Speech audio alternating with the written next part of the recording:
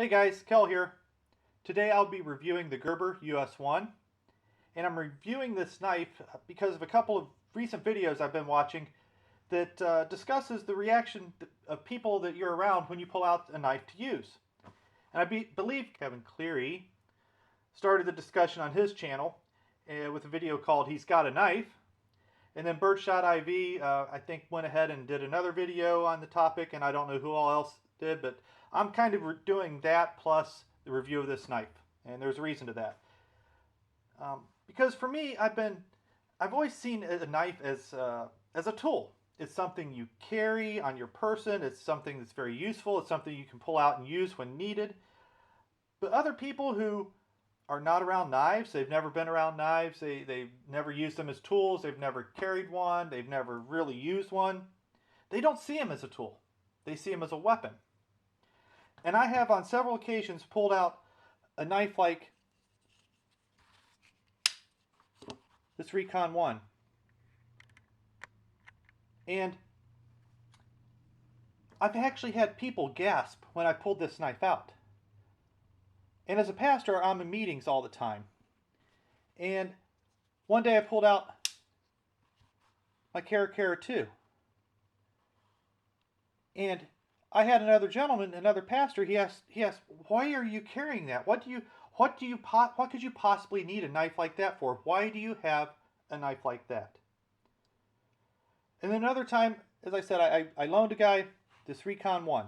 And he cut up a bunch of cardboard, and he handed the knife back to me. He says, here's your weapon. Which got me to thinking, I need a knife that's non-threatening. I need a knife I can use no matter who's around. So I picked up this Gerber US1. That's the purpose of this knife. That's why I use it. That's why I have it. So some specs on this knife. We'll get into the review now. The specs on this knife, the blade style is a fine edge, it's a drop point, hollow ground. It's a coated blade, black coated. I believe it's black oxide. I'm not sure. I looked on the website, couldn't find anything that told about the coating, but I'm going to just say it's a black oxide type coating. Blade material, 420HC, and the overall length of this knife,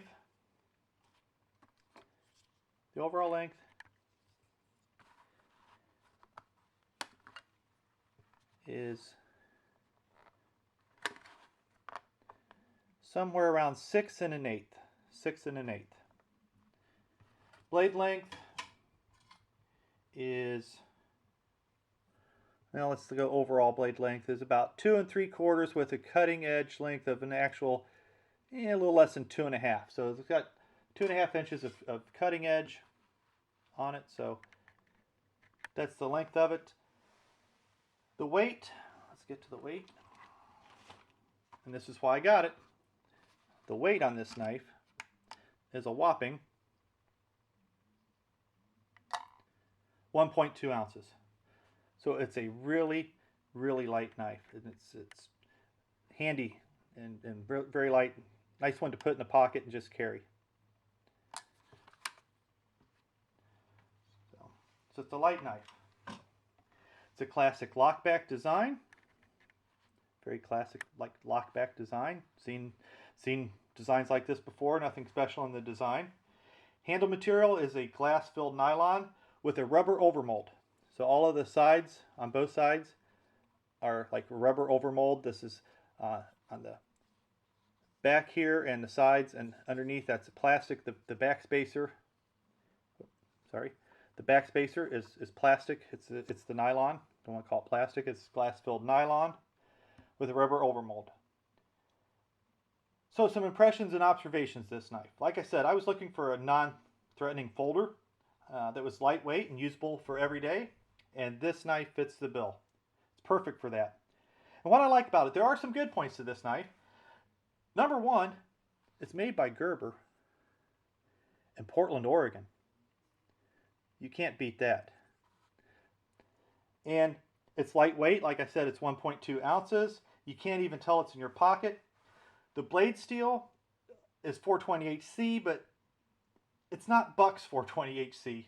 So, but it does hold an edge well. It does, which leads to the use of a knife. Why do you want a knife like this? What's the uses of a knife like this? What do I use it for? And it's just a simple everyday knife. Nothing special other than it's a USA made Gerber. And which, if this knife looks familiar, if this looks familiar to you, there's another version of this that is orange in color and has a Bear Grylls name on it. It's the Compact 2. But this is that knife without all the packaging, all the Bear Grylls, all the orange stuff, and all the stuff that goes along with all that Bear Grylls stuff. So you know what? Maybe Gerber is listening to the average consumer when we say we don't want all that imported, orange, serrated Bear Grylls stuff. I think that's a good thing. I think Gerber is listening, and it's not tactical. So that's a good thing too. So because a lot of their knives are for military, police use, things like that. I understand that, but for the average everyday guy, this is I think they're listening finally. There's jimping on the top of the blade. Along the top, there's jimping. It's not overly rough or anything. It does kind of give a little bit better purchase when you choke up on the blade and you're doing push cutting into something or whittling or something like that. So it's good. The jimping works. It's grippy. It's not going to fall out of your hand. You put your finger in that finger choil. It's not going anywhere. You can get, can't go crazy with what you're cutting through, but it gives a good purchase on it, and it's very ergonomic. So there's that. Also, the knife came very sharp. Had a good edge. It really did. I was very, very impressed with the edge. I've carried this knife off and on for a few months now, mostly on Sundays into meetings, things like that. And the only thing I've done to it is that I stropped it one time. And I stropped it one time, and it still holds, still a good edge, very sharp.